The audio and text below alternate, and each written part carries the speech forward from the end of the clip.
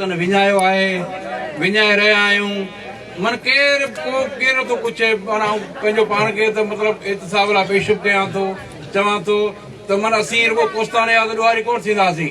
असां इहा रस्ता, इहे सभु गेटवे, इहे सॼी सिंध जो भोॻींदी ऐं सॼी सिंध वारा असांखे इहे लानतूं विझंदा, इहे मयारूं सिंध वारा ॾींदा।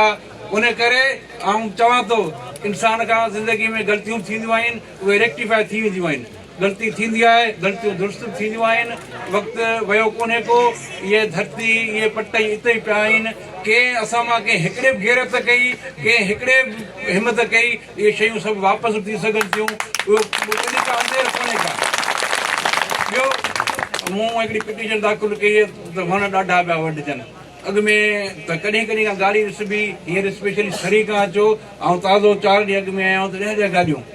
हाणे ज़ुल्म आहे, हाणे सिस्टम मुल्क जो हले थो।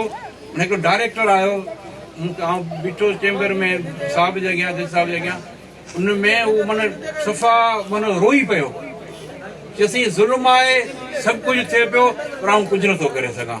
अरे बाबा तूं कुझु नथो करे सघीं, तॾहिं बि हथ थो वधां, वधीक न ॻाल्हाईंदुसि। मूं जेको ऑफिशियली कानूनी जवाबु ॾिनो आहे उहो ॾेई छॾियो आहे, बाक़ी आउं मजबूर आहियां। हाणे शायदि वेठो आहे, सियासत पई थींदी, सियासत कंहिंजी कंहिंसां आहे भले हुजे, असांजो को फ़र्क़ु कोन थो पवे, वरी मुल्क ऐं वतन इहो असांजो आहे। इहो हिकिड़े फ़र्ज़ जो कोन्हे को। इहे सभु शयूं माना वतन हूंदो त सभिनी जूं सियासतूं हूंदियूं, सभिनी जूं चङियूं मुर्सियूं हूंदियूं। वतन ई न रहियो, इहे वण ई न रहिया, इहे पखी न रहिया, इहे जानवर न रहिया त वरी छा कंदासीं?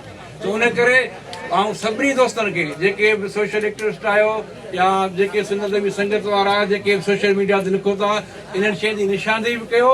हाणे हीअं त सोशल मीडिया जो दौरु आहे, फोटू कढो, वीडियो रखो, गाॾी जो नंबर अची थो वञे, केरु काॾे वेंदो, उहो साफ़ वारो दौरु ख़तमु थी वियो। इहा अव्हांखे आउं सफ़ा हथ ॿधी माना इहा गुज़ारिश थो कयां त इहो असां ताईं फोटू पुॼायो, उन्हनि खे रोकियो, उनजी वीडियो ठहंदी न। हाणे त कल्ह त शायदि को CM जो या चीफ सेक्रेटरी जेको ऑर्डर पियो आहे फेसबुक ते वायरल थियो आहे त बाबा जेको बि आहे उन ते, पर उन में उहा शइ कारगर तॾहिं थींदी जॾहिं असीं सभु उन सां हथ में हथु मिलाईंदासीं या असीं शामिलु थींदासीं। ऐं इहा हर वशे ख़तमु करणी पवंदी जेका असां वटि सिंध में सदा ईअं न अदा मुंहिंजो छा वञे, इहो जेको मुंहिंजो छा वञे जॾहिं ख़तमु थींदो तॾहिं असीं कुझु करे सघूं था। ऐं ॿियो जेका स्कूलनि जी हालत आहे उन ते बि उहो दौरु कोन्हे को त बाबा फलाणो वॾेरो चवंदो, फलाणो चवंदो।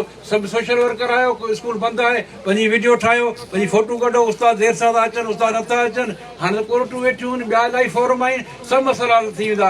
ऐं जेसीं इहो तइलीम जो मसइलो हल न थींदो न त कुझु कोन करे सघंदव। सो हिते जो हालतूं न स्कूल में आउं सोशल मीडिया ते ॾिसंदो आहियां, ॾुख थींदो, खिलंदो बि आहियां, दोस्त सभु आहिनि, ईअं लॻंदो आहे त सॼे सिंध जी तइलीम असां वटि लथी पई आहे।